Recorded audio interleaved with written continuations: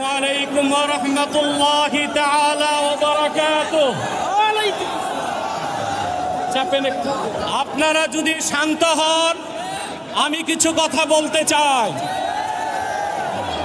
আজকে নির্যাতিত নিপীড়িত ফিলিস্তিনি মুসলমানদের স্বাধীনতার দাবিতে শত প্রতিবন্ধকতার পরেও আপনারা যে উপস্থিত ঘটিয়েছেন আজকের এই ঢাকা শহরে, যদি কোনো বাধা না আসতো তাহলে সরোয়ারদের মতো 10টা উদ্যানেও মানুষ জায়গা দেওয়া যেত না।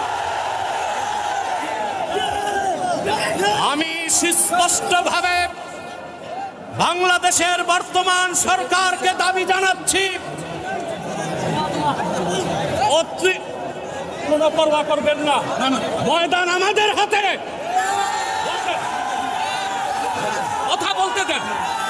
সম্মানিত, আমরা যা বলছি সত্য এবং ন্যায়ের মানদণ্ডে বলছি। প্রশাসনকে ভয় করার কোনো দরকার নাই আমাদের। বাংলাদেশ সরকারকে রাষ্ট্রীয়ভাবে জাতিসংঘের কাছে প্রতিবেদন করতে বলছি। 57টি মুসলিম রাষ্ট্র থেকে বাইতুল মুকাদ্দাসের ইজ্জত রক্ষায় মুসলিম সেনাবাহিনীর সদস্যদেরকে পাঠাতে হবে। বাংলাদেশ থেকে লক্ষ লক্ষ মুসলমান ফিলিস্তিনের স্বাধীনতা উদ্ধারে ইসরায়েলের 20 দাঁত ভেঙে দিতে যেতে প্রস্তুত আছে। ইসরায়েলের দোসর হচ্ছে পার্শ্ববর্তী হিন্দুস্তান। ইসরায়েলের চিরবন্ধু হিন্দুস্তানের সাথে বাংলাদেশের কোনো ব্যবসায়িক চুক্তি হতে পারবে না, কোনো রাজনৈতিক চুক্তি হবে না। 16 বছর ফ্যাসিবাদকে লালন করেছে ভারত। ভারতের দালাল ও দোসরদেরকে বাংলাদেশের রাজনীতি করতে দেওয়া হবে না।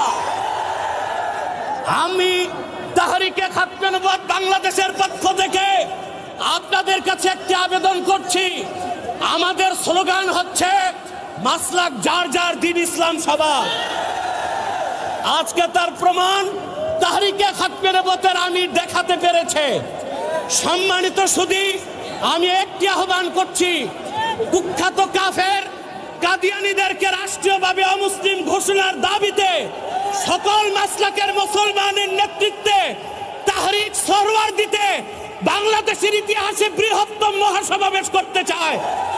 কারা কারা প্রস্তুত আছেন হাত তুলে দেখান। আখির দাওয়ানা আনিল হামদুলিল্লাহি রাব্বিল আলামিন।